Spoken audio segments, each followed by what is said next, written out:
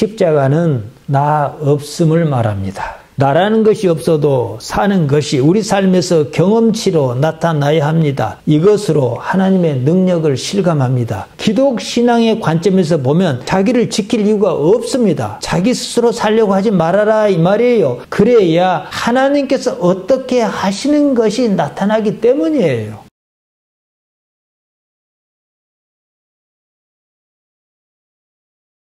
기독신앙에서 십자가. 기독신앙과 십자가가 무슨 관계가 있는지, 어떻게 관계가 있는지 오늘 말씀드리겠습니다. 여러분은 종교라면 어떤 느낌이 듭니까? 우리는 오랜 세월 동안 불교에 친숙합니다.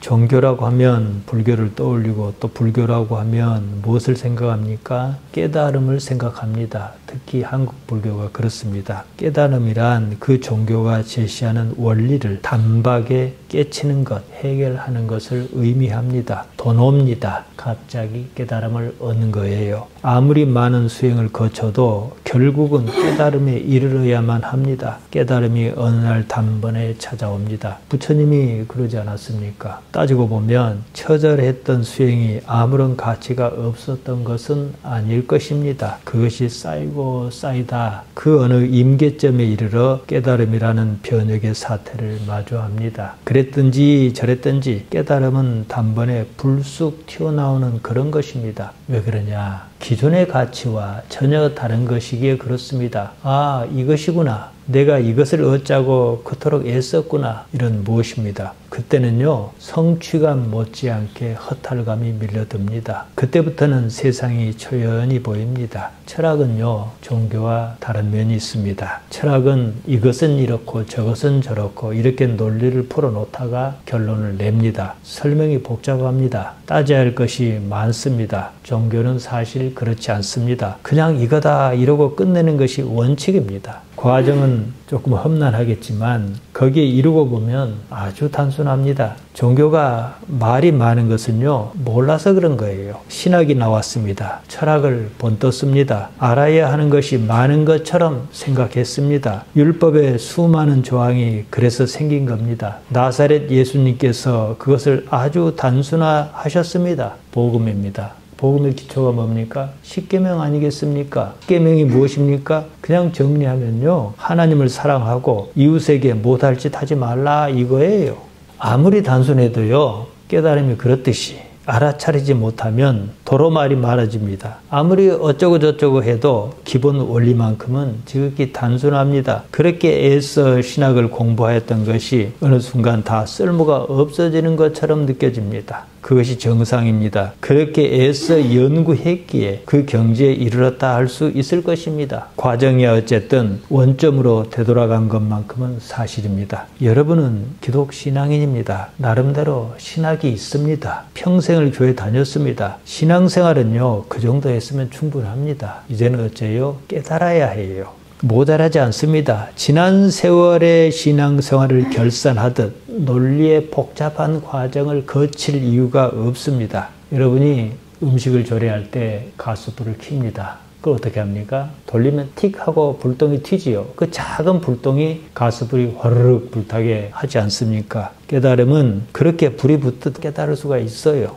우리 기독신앙에서요, 종교적 원리는요, 아주 단순합니다. 십자가예요. 십자가가 무엇인가? 여기에 대한 깨달음입니다. 단순히 생각해 봅시다. 어떤 기독교 성자가 있다고 그럽시다. 예수님을 믿어 평생토록 하나님을 섬긴 사람입니다. 그 말고는 그 사람은 다 버렸습니다. 그가 십자가를 어떻게 생각하겠습니까? 설명이 필요 없습니다. 종교라는 것이 원래 그렇습니다. 원리 자체는 아주 간단해요. 그런데 처음 종교에 들어오거나 신앙생활을 시작하면요, 뭐가 있는 것 같아요. 사실 그래서 종교를 가졌지 않습니까? 알고 보면, 깨닫고 보면 별것은 없어요. 근데 별것이 없는 게 없는 것이 아니라는 거예요. 깨닫지 못하면 무엇이 있기는 있는 것 같은데 손에 잡히지가 않아요. 여전히 어렵습니다. 또 그 때문에 무엇을 찾느라 헤맵니다. 사실상 말입니다. 야박하게 말해서 대부분의 종교 생활은 이처럼 그냥 헛수고예요. 그렇게 해서라도 깨닫기만 하면 목적을 이룬 것입니다. 하나의 이치로 모든 것을 해결하자 이겁니다. 기독교는 십자가예요. 불교는 그 뭐냐? 집착에서 벗어나는 겁니다. 이것이 깨달아야 하는 거예요. 두 종교가 자기 자신을 내려놓는다는 면에서는 같습니다. 결정적으로 다른 점이 있습니다. 이것만 제대로 알면 더 알 것도 없어요. 삶의 모든 문제가 풀립니다. 경제에 이른 삶을 삽니다. 적어도 내가 사는 이 삶에 대하여 의구심만은 없어야 하지 않겠습니까?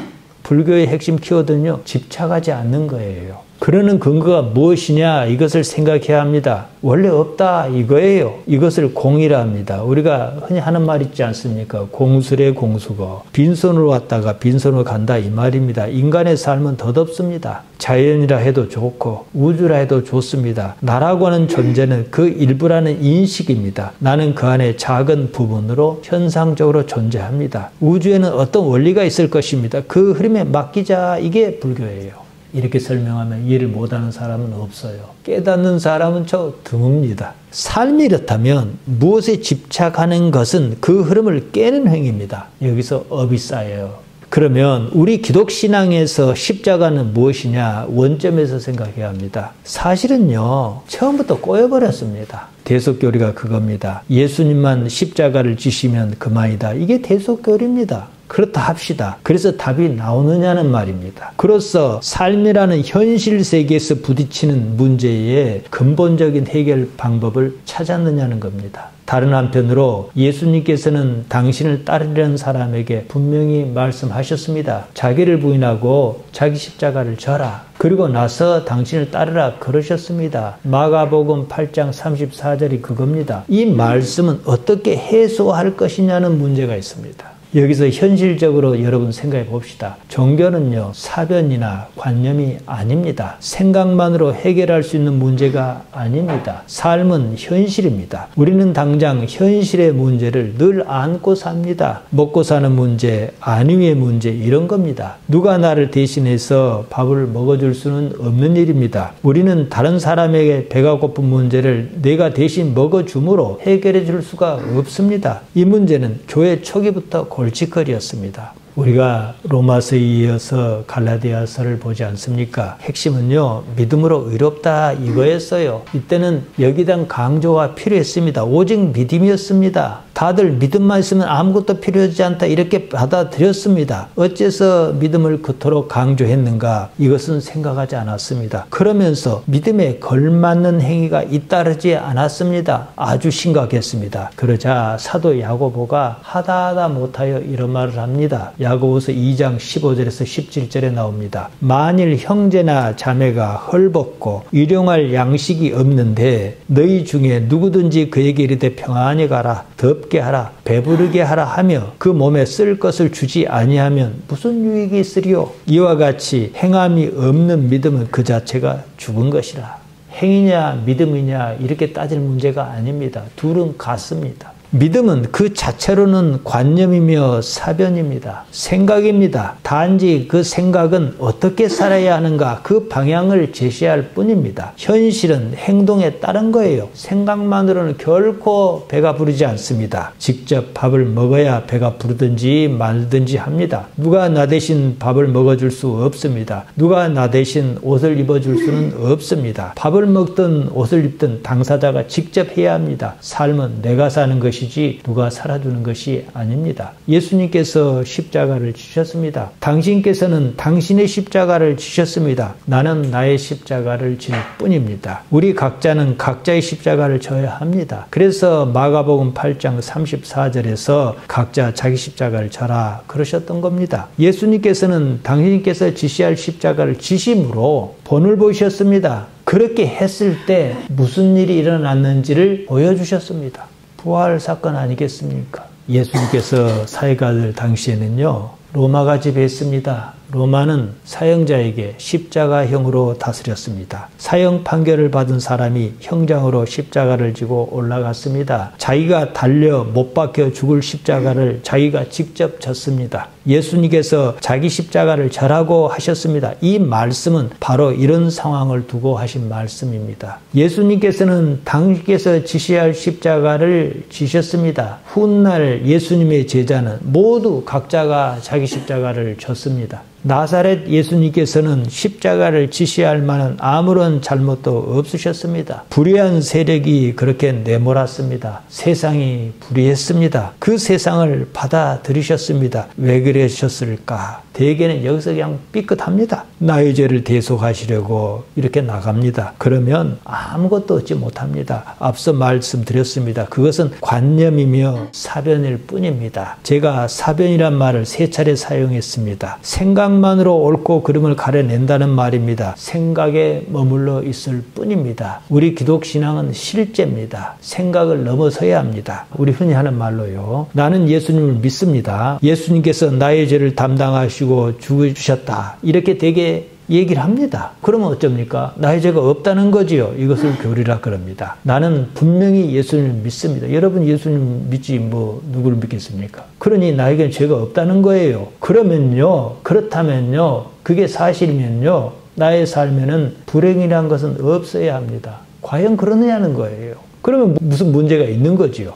죄가 무엇인지도 따지지도 않습니다. 무엇을 죄라 하는가? 하마르티아인지 오페일레마인지 그조차도 모릅니다. 헷갈립니다. 죄가 무엇인지 무엇을 죄라고 하는지도 모르면서 나는 죄가 없다 그럽니다. 예수님을 믿겠다는 것인지 말겠다는 것인지 도무지 알 수가 없습니다. 나사렛 예수님께서는 십자가가 당신을 향하여 다가오고 있다는 사실을 알고 계셨습니다. 안 이상 상황을 벗어날 수 있었습니다. 모르면 당할 수 있어도 알면 피하면 그만 아니겠습니까? 그런데요, 그러지 않으셨습니다. 어째서 그러셨을까? 이 점을 제대로 이해해야 합니다. 당시의 제자는 상황을 전혀 이해하지 못했습니다. 예수님을 잡으려고 대제사장의 군병이 들이닥쳤습니다. 베드로가 품에서 검을 빼어 휘둘렀습니다. 예수님께서 그런 베드로를 나무라셨습니다. 이렇게 말씀하셨습니다. 마태복음 26장 52절에서 53절에 나옵니다. 이에 예수께서 이르시되 내 칼을 도로 칼집에 꽂으라. 칼을 가지는 자는 다 칼로 망하느니라. 너는 내가 아버지께 구하여 지금 12군단보다 더 많은 천사를 보내시게 할 수 없는 줄로 아느냐. 이러셨습니다. 예수님께서 말이에요. 말씀하신 대로 하나님께 12군단, 레게온입니다. 원문에 보면 그건 한 군대의 단을 말합니다. 만일 예수님께서 하나님께 12군단을 요청하셨으면 하나님께서 그리하셨을 것입니다. 이 또한 선택지였습니다. 충분히 십자가를 피하실 수 있었음에도 그러시지 않았던 이유가 무엇이었던가? 이것을 이해해야 합니다. 하나님의 의지였습니다. 델레마 투 데우, 하나님께서 원하시는 것 때문이었습니다. 십자가를 지시는 것을 원하셨습니다. 그거였습니다. 십자가는요, 삶입니다. 그 삶에 대한 판단은 내가 할 일은 아닙니다. 하나님께서 하실 일입니다. 나는 다만 삶을 받아들일 뿐입니다. 물론 우리는 하나님 아버지께 무엇을 구할 수는 있습니다. 어떤 위험한 상황에서 벗어난다든지 무엇을 원한다든지 충분히 구할 수 있습니다. 그럴지라도 나의 원한 그것이 하나님에 의한 것이어야 한다, 이 말씀입니다. 여기서 십자가 자체가 중요한 것이 아닙니다. 십자가를 무조건 제하는 것도 아닙니다. 하나님 아버지께서 무엇을 원하신가, 이것이 십자가보다 더 중요하다는 사실을 여러분 이해하셔야 합니다. 내가 원하는 것과 하나님께서 원하시는 것이 충돌을 일으켰을 때 나는 어느 쪽을 선택할 것인가? 우리 기독신앙은 바로 이 문제입니다. 겟세마네 동산에서 예수님께서는 도망하실 수 있었고 아버지께 요청했다라면 12군단보다 더 많은 천사를 보내서 어떻게 하셨을 거예요. 그랬을 경우 하나님의 원하시는 것을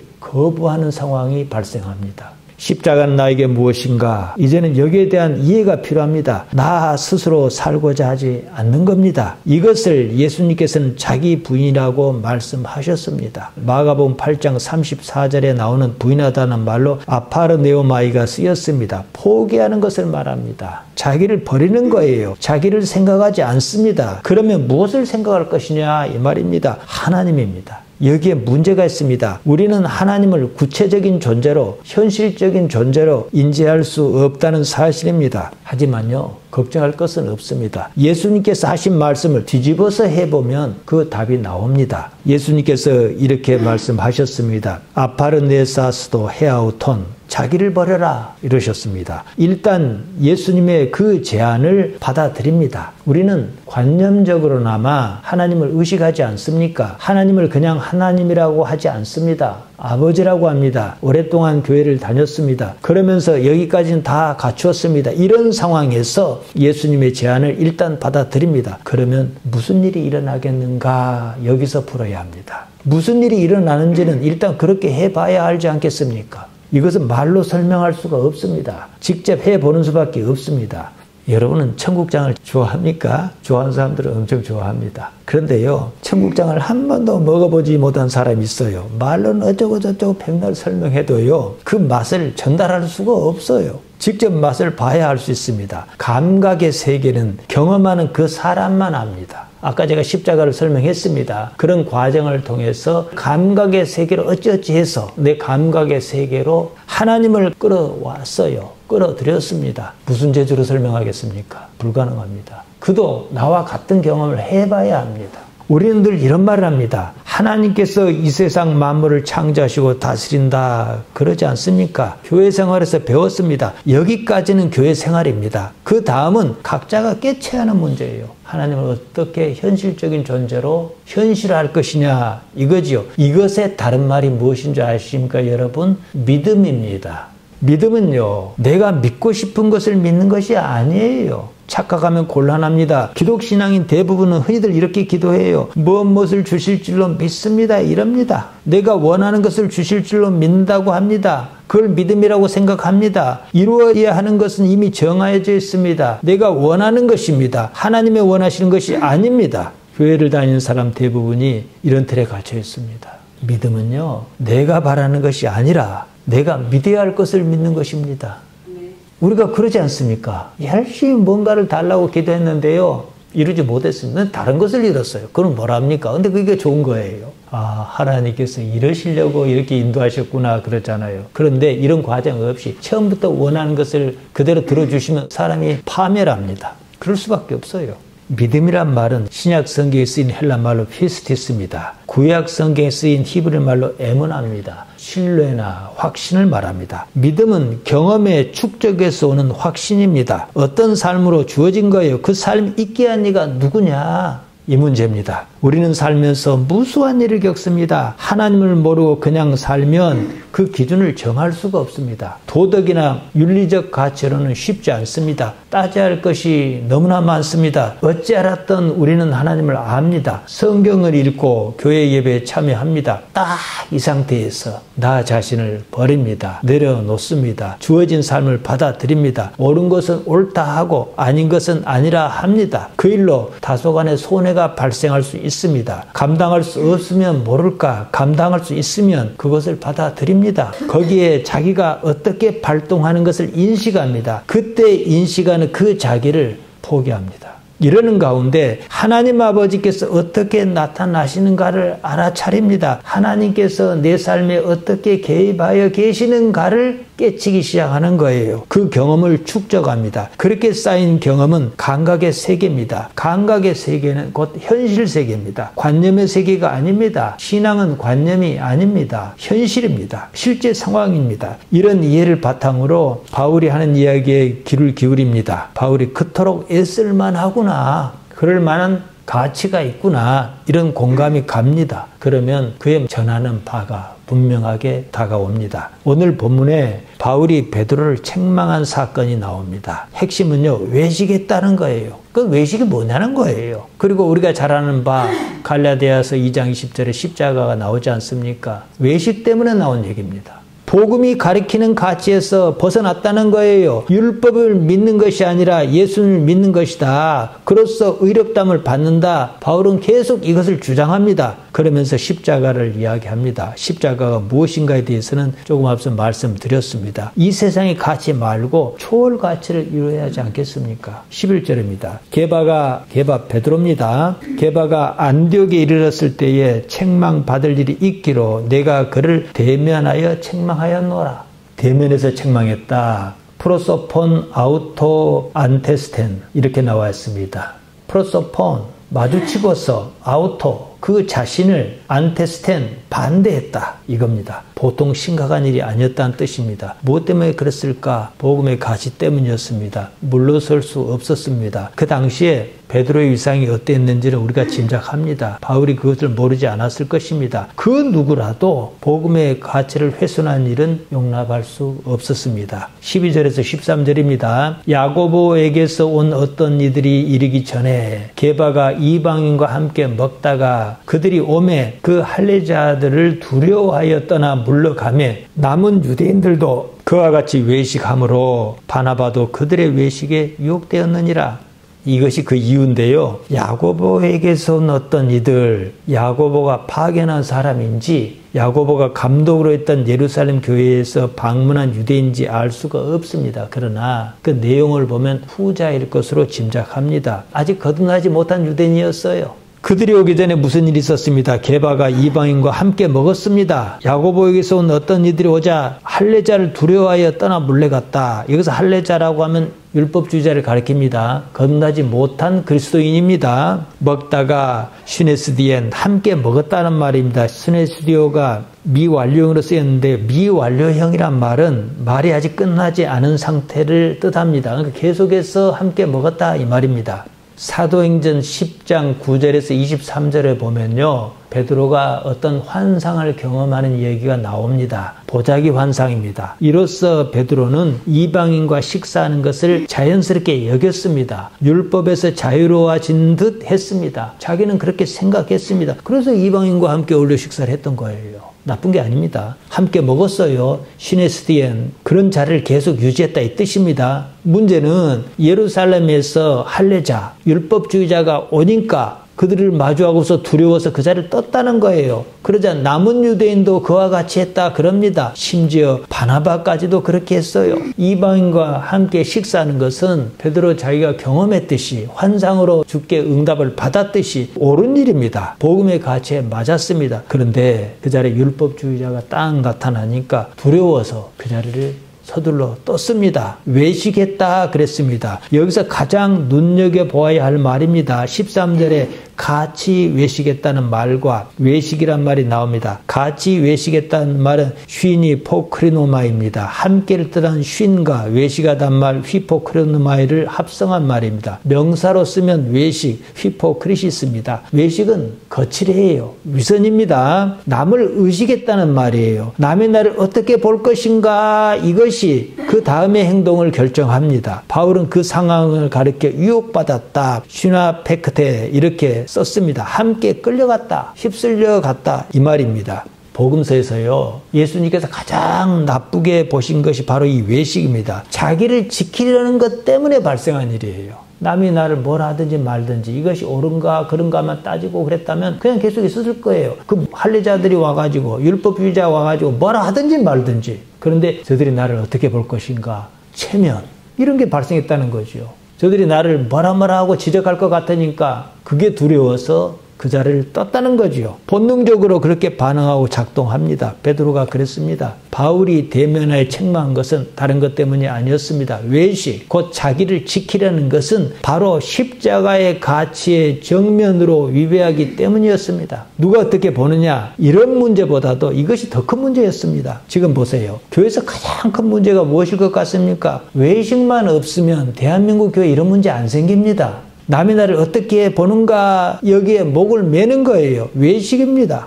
예수님께서 그토록 자기를 버리라고 하셨는데 자기를 지키려고 안간힘 쓰듯 그럽니다. 여기서 가정 문제가 발생합니다. 자기만 없어 보세요. 아무런 일도 일어나지 않습니다. 예수님께서 십자가에 달리신 것은 이 때문이었습니다. 이것이 복음입니다. 십자가 사건이 지금 무색한 상황입니다. 복음의 가치를 정면으로 훼손했습니다. 바울이 가만히 있을 수가 없었어요. 그래서 한 말이 갈라디아서 2장 20절입니다. 이제 자기 경우를 가지고 얘기해요. 내가 그리스도와 함께 십자가에 못 박혔나니 그런즉 이제는 내가 사는 것이 아니요 오직 내 안에 그리스도께서 사시는 것이라. 이제 내가 육체 가운데 사는 것은 나를 사랑하사 나를 위하여 자기 자신을 버리신 하나님의 아들을 믿는 믿음 안에 사는 것이라. 이것을 감정적으로 보면 곤란합니다. 냉정하게 봐야 합니다. 멋있다 이렇게 느끼면 참으로 곤란해요. 우리 기독신앙은 죽어야 산다 이거예요.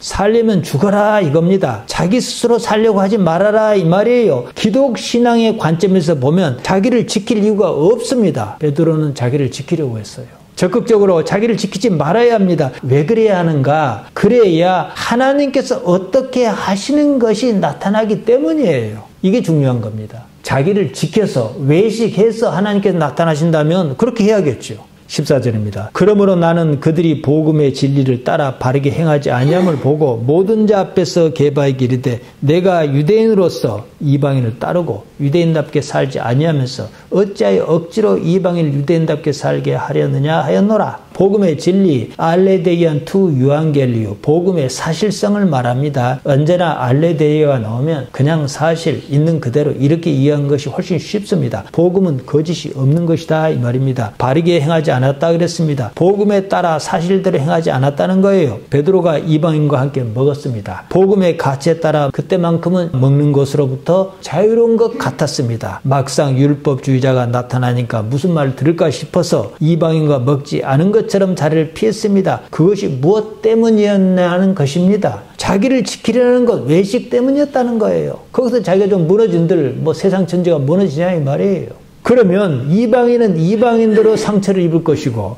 율법주의자는 율법주의자대로 자기의 관념을 믿을 것이 아니겠습니까? 그러니까 거기 남은 유대인도 따라서 그랬고 바나바조차도 외식했다 그랬어요. 15절이에요. 우리는 본래 유대인이요 이방 죄인이 아니로되 우리는 본래 유대인이요 이방 죄인이 아니로되 이방 죄인이라고 했습니다. 에드논 하마르 톨로입니다. 에드노스와 하마르 톨로스 곧 이방 족속과 죄인이란 말입니다. 이것도 죄인이라고 번역하면 하마르 톨로스에 주의할 필요가 있습니다. 하마르티아를 죄라고 번역할 수 없듯이 하마르 톨로스를 죄인이라고 번역할 수가 없습니다. 그럼 어떻게 번역해야 하는가? 그냥 간단히 말해서 하마르 톨로스는 하나님을 모르는 사람입니다. 여러분이 잘 아는 성경 내용을 갖고 말씀드립니다. 누가복음 5장에 이런 얘기가 나옵니다. 예수님께서 시몬 베드로를 부르실 때였습니다. 시몬이 어떤 사람이었습니까? 어부였습니다. 밤이 새도록 그물질을 했지만 물고기를 잡지 못했어요. 이때 예수님께서 나타나셨습니다. 깊은 데로 가서 그물을 내려 고기를 잡으라 그러셨어요. 시몬은 그 말씀 믿기지는 않았지만 차마 거절은 못하고 말씀대로 했습니다. 물고기가 많이 잡혔습니다. 배가 가라앉을 만큼 물고기가 잡혔어요. 이때 시몬이 예수님께 나와 한 말에 여러분이 주의를 기울여야 합니다. 누가복음 5장 8절입니다.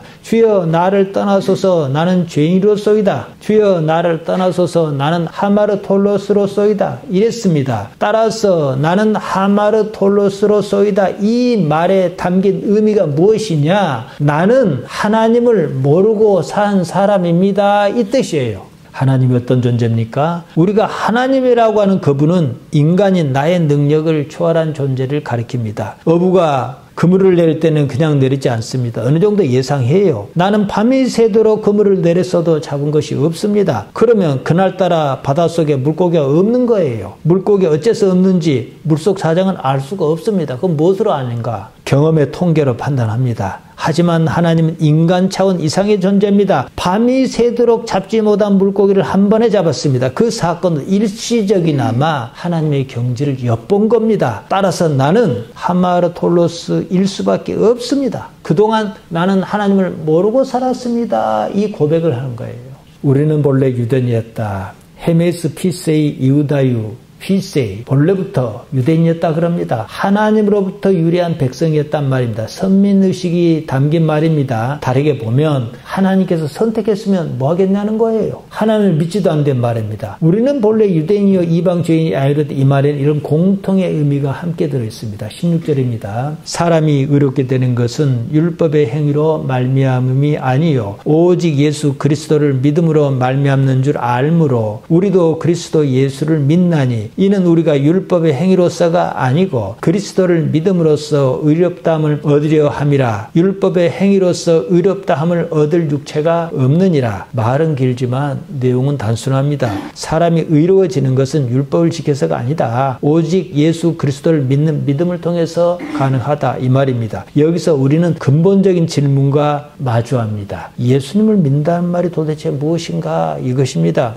성경에는요 믿음이 무엇이라는 직접적인 표현이 없습니다. 히브리서 11장 1절에 믿음은 바라는 것의 실상이다 이랬습니다. 여기서 바라는 것이라고 번역한 말 엘피조 메논입니다. 엘피조가 현재, 수동, 속격, 분사로 쓰였습니다. 이것을 바라는 것이라고 번역했습니다. 분사는 동사의 형태로 정하여지지 않는 시제와 태를 나타냅니다. 대개는 영어권에 주로 있습니다. 약간은 과거형 비슷하면서 형사를 대신하고 수동적인 의미를 포함합니다. 그 의미를 그대로 담아서 번역하면요, 좀 말이 이상합니다만 이렇습니다. 믿음은 바라진 것의 실상이다. 내가 바란 게 아니고요, 어쩌지 살다 보니까 삶에서 자동적으로 바라진 것이에요. 믿음의 주체가 하나님이다 이 뜻이에요. 어떤 이유로 믿음의 선진이 자기 삶을 살다 보니까 바라지기에 이르렀다는 겁니다. 이것은 믿음에 대한 서술이지 믿음은 무엇이다 이것을 말하는 것은 아닙니다. 요한복음 16장 9절에 이런 말씀이 있어요. 죄에 대하여라면 그들이 나를 믿지 아니하며, 예수님께서 이렇게 말씀하셨어요. 이 구절은 한 마리 태아가 무엇이냐는 겁니다. 여기서 믿는다는 말이 동사 형태로 나옵니다. 피스티오예요. 예수님에 대한 믿음이 없는 것, 피스티스가 없는 것이 하마르티아다 이 말입니다. 이 말씀을 뒤집으면 하마르티아가 없는 것이 피스티스가 있는 것이 아니겠습니까? 앞서 제가 하마르티아가 무엇이라 했습니까? 하나님을 모르는 것이라고 말씀드렸어요. 그러니까 믿음은 하나님을 아는 것이다 이 말씀이에요. 요한복음 16장 9절이 말하는 것입니다. 하나님을 기노스코 아는 사람이 있습니다. 그 사람이 세상을 어찌 살겠습니까? 믿음은 이 문제입니다. 17절입니다. 만일 우리가 그리스도 안에서 의롭게 되려 하다가 죄인으로 드러나면 그리스도께서 죄를 짓게 하는 자냐? 결코 그럴 수 없느니라. 이 구절은 간단히 말하면 이렇습니다. 그리스도 안에서는 반드시 의로워야 합니다. 그렇지 않다면 그리스도께서 죄를 짓게 하는 자냐 이 말입니다. 결론적으로 이래요. 우리가 예수 그리스도를 믿음으로 의로워지는 것이다. 하박국 2장 4절에 일이 나와 있습니다. 의인은 그 믿음으로 말미암아 살리라 했습니다. 여기서 의롭단 말 차티급입니다. 믿음이란 말 에무나입니다. 에무나는 아멘과 어원이 같습니다. 아멘은 신뢰하다는 뜻입니다. 의와 믿음은 성질이 같습니다. 예수님을 믿음으로 의롭다는 말은요, 사는 것이 예수님의 방식이어야 한다 이 뜻이에요. 앞서 설명했습니다. 예수님께서 어떻게 사셨는가 말입니다. 무엇 때문에 죽으셨습니까? 그리고 어찌하셨습니까? 예수님께는 오로지 하나님 아버지뿐이었습니다. 그리고 거기에 따라 사셨습니다. 언제나 옳음, 의를 추구하셨습니다. 그 때문에 죽으셨습니다. 그렇게 죽으신 예수님께서 그냥 죽고 마셨습니까? 아닙니다. 하나님께서 살리셨습니다. 이게 복음입니다. 나사렛 구문은 하나님의 뜻에 따라 살았기 때문에 죽었지만 살아나는 것을 경험했습니다. 살아난 사건은 당신이 능력으로 한 게 아니에요. 하나님을 경험했다는 거죠. 그러니까 우리가 어찌합니까? 죽어도 괜찮다는 거예요. 그냥 죽는 게 아니고 나는 옳다 하는 그 일로 인해 살겠다는 거지요. 이것으로 19절에 대한 설명이 가능합니다. 세상에 대하여는 죽더라도 하나님에 대하여는 사는 삶이어야 합니다. 바울이 그 당시 상황을 얼마나 심각하게 생각했으면 20절과 같이 그런 말을 했겠습니까? 나는 나를 버렸다 그랬습니다. 살아도 내가 사는 것이 아니다. 이것이 바로 믿음이다. 바울이 이 말을 하는 겁니다. 제가 금방 20절을 요약한 거예요. 하나님의 아들 휴오스투 데우입니다. 하나님으로 말미암은 존재를 가리킵니다. 자신의 출처가 하나님이다 이 뜻이에요. 우리는 하나님을 그냥 하나님이라 하지 않습니다. 아버지라고 합니다. 우리가 하나님을 나라는 존재의 근원으로 인식한다는 말이에요. 딱 이 상황에서 하나님이 없다면 우리에게 무슨 일이 일어나겠습니까? 나라는 존재는 의미가 없어지는 거예요. 이 사실을 인식하는 그 존재가 휴오스투 데우 하나님의 아들입니다. 하나님으로 말미암았다는 말은 그 존재가 곧 하나님과 밀접한 관계 상태라는 겁니다. 우리가 하나님 거의 하나님 아버지 하나님 막 붙여 쓰지 않아요. 떼려야 뗄 수가 없는 관계다 이 뜻이. 왜냐? 나는 그분으로 말미암았으니까요. 그분이 없으면 나는 의미가 없어요. 뒤집어서 내가 있으면 그분이 계시다는 뜻이에요. 21절입니다. 내가 하나님의 은혜를 피하지 아니하노니 만일 의롭게 되는 것이 율법으로 말미암으면 그리스도께서 헛되이 죽으셨느니라. 우리가 구원을 얻는 방법을 얘기합니다. 카리스, 은혜입니다. 은혜는요 그냥 얻는 거예요. 우리의 어떤 노력도 필요하지 않습니다. 다만 하나님은 인정해야 합니다. 내가 인정하지도 않는 대상에게서 은혜를 입고 그런 일은 없습니다. 상황이 이렇다면 우리가 해야 하는 최소한의 안에 도리가 있습니다. 십자가입니다. 바울은 결국 이 말을 하려는 겁니다. 정리하겠습니다. 십자가는 나 없음을 말합니다. 나는 없어도 산다는 거예요. 내가 없어져서 사는 능력을 경험한 사람이 세상을 어찌 살겠습니까? 나라는 것이 없어도 사는 것이 우리 삶에서 경험치로 나타나야 합니다. 이때 우리는 이것으로 하나님의 능력을 실감합니다. 그러면 삽니다. 그래야 삽니다. 이 삶에서 나의 영역이 넓은가 하나님의 영역이 넓은가 깊이 생각하시기 바랍니다. 기도하십시다. 하나님 우리 아버지 우리를 여기까지 인도하셨습니다. 하나님의 세계에 살도록 거기에 부족지 않도록 우리를 붙들어 주옵소서. 예수님 이름으로 기도하옵나이다. 아멘.